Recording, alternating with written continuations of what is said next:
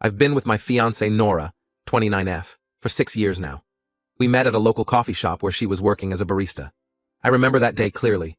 It was a rainy Tuesday morning, and I was running late for work. I ducked into the coffee shop to grab a quick espresso, and there she was, with her warm smile and dark curly hair. I was instantly smitten. Over the next few weeks, I found myself going to that coffee shop every morning, even though it was out of my way. We'd chat while she made my coffee, and I learned that she was working there to put herself through college. After about a month of this daily routine, I finally worked up the courage to ask her out. To my surprise and delight, she said yes. Our first date was at a small Italian restaurant downtown. We talked for hours, closing down the place. I learned about her difficult childhood in foster care, and she listened sympathetically as I talked about the pressures of my job as a software engineer. We hit it off immediately and have been together ever since. I, 32M, work as a software engineer at a large tech company. I come from a middle-class family in the suburbs. My dad was a high school teacher and my mom was a nurse. I had a pretty normal upbringing with them and my older sister Lisa. We weren't rich, but we always had enough. I did well in school, got a scholarship to a good college, and landed a job at a tech startup right after graduation. The startup was eventually acquired by a larger company, which is where I work now. Nora's childhood was much more difficult. She was abandoned as a baby, left at a fire station with no note or identifying information. She never knew her biological parents and spent her entire childhood in the foster care system. She bounced around different homes throughout her childhood, never staying in one place for more than a year or two. Some homes were okay, others were neglectful or even abusive. Early in our relationship, Nora told me about her brother, Alex, 31M. She explained that they weren't biologically related, but had grown up together in the same foster home for several years as teens. According to Nora, they were placed in the home of an older couple when she was 14 and Alex was 16. It was the first stable home either of them had experienced, and they bonded quickly. Nora said they formed a sibling-like relationship, looking out for each other and providing emotional support. Even after they aged out of the system, they stayed in touch and considered each other family. I thought it was sweet that Nora had found family through her difficult childhood. Coming from a close-knit family myself, I couldn't imagine going through life without that support system. I was glad she had Alex, even if they weren't related by blood. Over the years, Alex has been a constant presence in our lives. Nora would often cancel our plans last minute to hang out with him if he called. She'd say things like, "Alex is having a hard time at work and needs someone to talk to," or "Alex just broke up with his girlfriend and doesn't want to be alone." At first I was understanding. Given their background, I could see why they'd be protective of each other, but as time went on, it started to wear on me. There were countless times when we'd be out to dinner or watching a movie, and Nora would be constantly checking her phone for messages from Alex. She'd frequently invite him on trips we planned together, turning romantic getaways into group hangouts. There were times I felt like the third wheel in my own relationship. Whenever I expressed any frustration about this, Nora would get defensive. She'd accuse me of trying to come between her and her only family. She'd remind me of how I had my parents and sister, while Alex was all she had. It made me feel guilty for even bringing it up. I did my best to accept their close relationship, even though it made me uncomfortable at times. Alex would often crash at our apartment, sometimes even sharing a bed with Nora if I was out of town for work. When I objected to this, saying it seemed inappropriate, Nora brushed off my concerns. She said I was being paranoid and that I should trust her. She insisted it was no different than her sharing a bed with a female friend. Despite the issues with Alex, Nora and I had a good relationship overall. We moved in together after dating for a year. At the time, I was doing well at my job while Nora was still in college. I supported her financially, covering all our expenses, including her tuition. I didn't mind. I wanted her to be able to focus on her studies without the stress of working full-time. Even after she graduated and got a job as a social worker, I continued paying for most things since my salary was much higher. Nora would occasionally bring up feeling guilty about this, but I assured her it wasn't an issue. I was happy to support us, and I knew her work, while not highly paid, was meaningful to her. I proposed to Nora last year on our 5th anniversary. I had it all planned out. A picnic in the park where we had our second date, followed by a surprise party with all our friends and family. She said yes immediately, and we started planning our wedding for this summer. I was excited to start our lives together as a married couple. However, things started to get weird when we began discussing buying a house together. With the wedding coming up, we thought it made sense to invest in a property rather than continuing to rent. I started looking at neighborhoods and crunching numbers to see what we could afford. I suggested putting both our names on the deed, thinking it was the natural thing to do as a married couple. But Nora insisted we add Alex's name as well. I was completely blindsided by this request. When I asked why, she said Alex was her family and she wanted him to have a stake in our home too. She talked about how he'd always struggled financially and this would give him some security. We got into a huge fight about it. I couldn't understand why she would want her brother on the deed to our marital home. It felt like she was prioritizing him over our relationship yet again. Nora accused me of trying to exclude her brother and said I was being selfish. She even suggested that if I really loved her, I would do this for her. I felt like I was going crazy. Was I being unreasonable for not wanting my fiancé's brother on the deed to our home? I tried talking to my friends about it, but they all seemed to think it was weird too. My best friend Mark suggested that maybe Nora and Alex's relationship wasn't as platonic as I thought, but I dismissed that idea. Nora had never given me any reason to doubt her fidelity. Then last week, I ran into Nora's old college roommate Jess at a bar. We got to talking, and I mentioned the house situation, hoping to get her perspective as someone who knew Nora well. Jess looked really uncomfortable and asked if I knew the full story about Nora and Alex. Turns out, Alex isn't Nora's brother at all. They dated for several years as teenagers and were each other's first love. They only started calling each other siblings later on to avoid judgment from others about their unusually close relationship. Jess assumed I knew all this already since Nora and I were engaged. I feel like my whole relationship has been built on a lie. Nora has been referring to her ex-boyfriend as her brother for our entire 6-year relationship. All those times she prioritized him over me or shared a bed with him take on a whole new meaning now. I'm questioning everything. Has their relationship really been platonic this whole time? Why did she feel the need to lie about this for so long? I'm completely lost on what to do. Part of me wants to confront Nora immediately and call off the wedding. But another part wonders if I'm overreacting. Maybe their relationship really is just platonic now, and the lie started as a coping mechanism from their difficult childhoods. I'm supposed to be getting married in 2 months, but now I don't know if I even know the real Nora. Should I end things over this deception or try to work through it? Any advice would be appreciated. Update 1. Thank you all for the advice and support. After reading through the comments, I realized I needed to confront Nora about the situation before making any decisions. I sat Nora down last night and told her what Jess had revealed to me.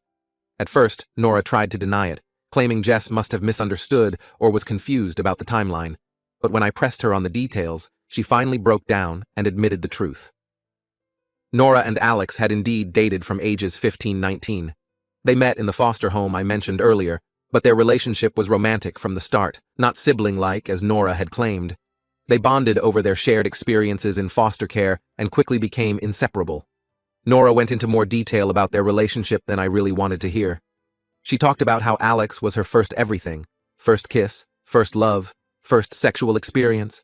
They had plans to get married and even talked about trying to adopt kids who were in the system like they had been.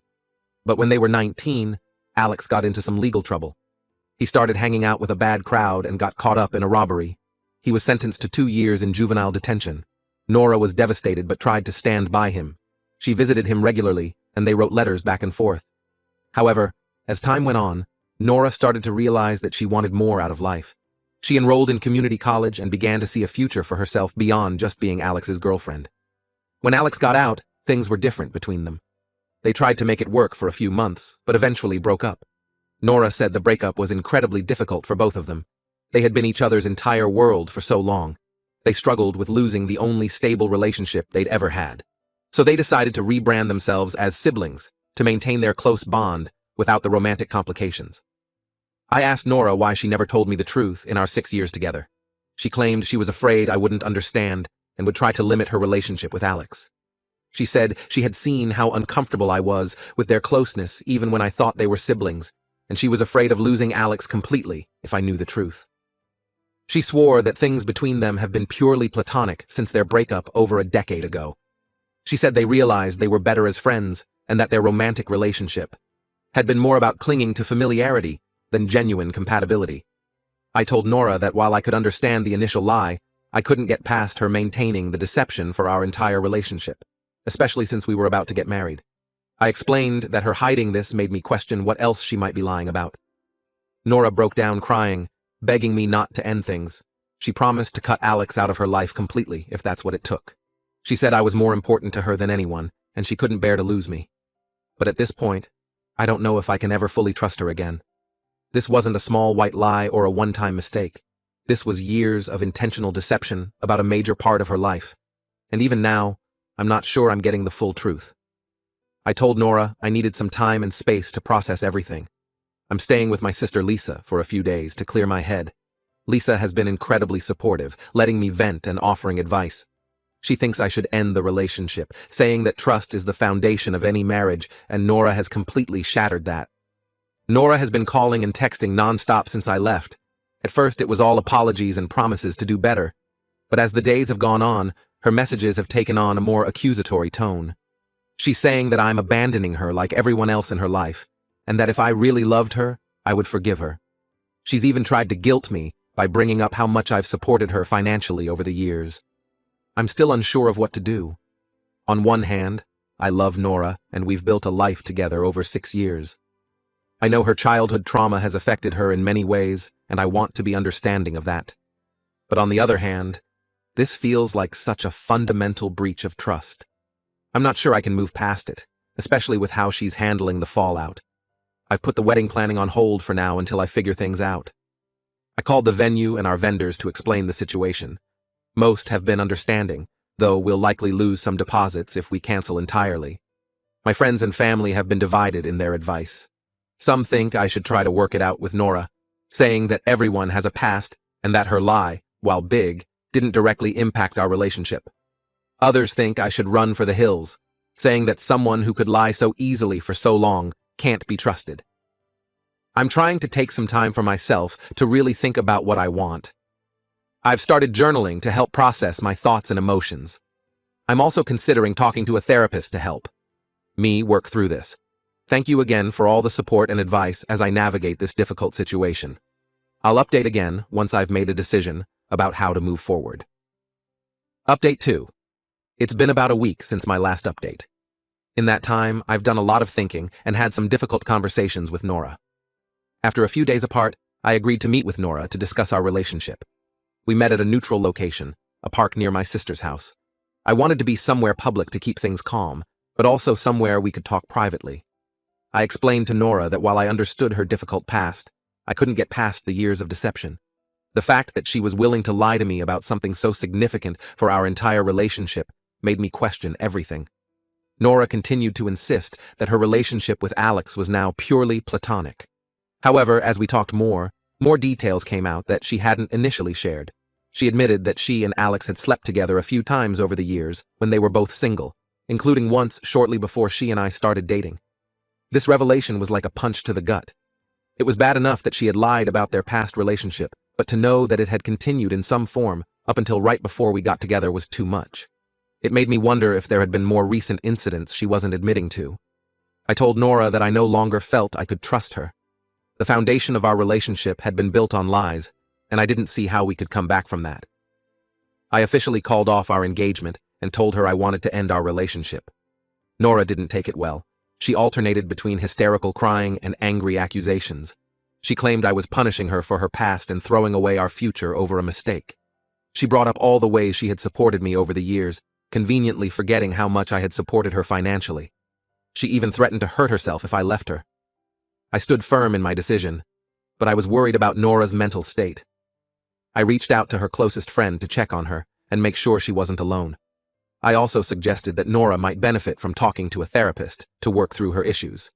Over the next few days, Nora's behavior became increasingly erratic. She showed up at my workplace, causing a scene in the lobby.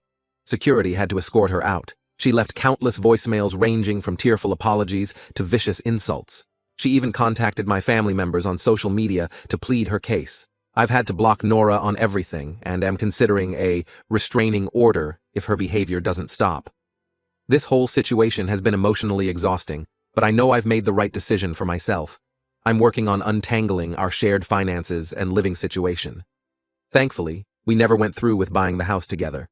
I'm going to be moving out of our apartment next week and starting fresh. My company has been understanding and is allowing me to work remotely for a few weeks while I get settled. I've been leaning heavily on my friends and family for support during this time. My sister Lisa has been especially helpful, offering me a place to stay and a sympathetic ear. My parents, while shocked by the situation, have been supportive of my decision. This experience has made me realize how much I let my own needs and feelings take a back seat in my relationship with Nora. I was so focused on supporting her and understanding her past trauma that I ignored red flags and my own discomfort. It's a pattern I need to be aware of going forward. Thank you all again for your support through this difficult time.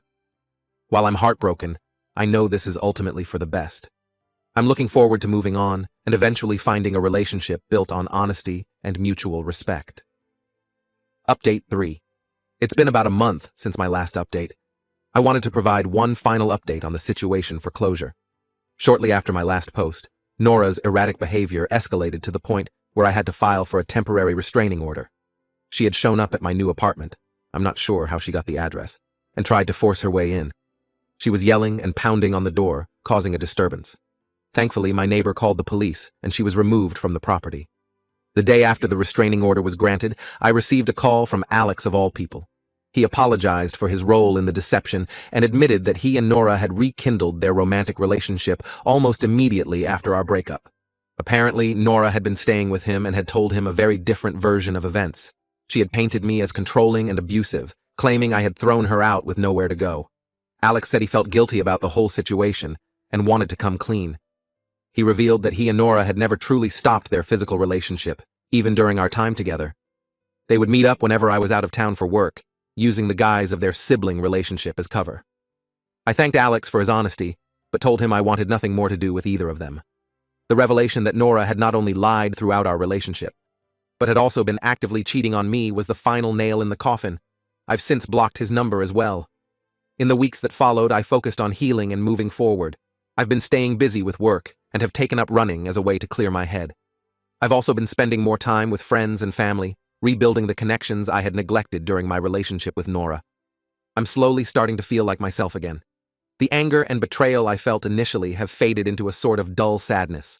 While I'm not ready to date yet, I'm hopeful that I'll eventually be able to trust someone again. For now, I'm focusing on my career and my own personal growth. I've moved into a new apartment in a different part of the city. It's a fresh start, away from the memories of my life with Nora. I'm enjoying the process of making this space my own, without having to consider anyone else's preferences or needs. Financially, it's been a bit of an adjustment going back to a single-income household. I've had to tighten my budget a bit, but it's manageable. If anything, it's been eye-opening to realize how much I was spending to support Nora over the years. The wedding cancellation was a headache to deal with, but it's finally all sorted out.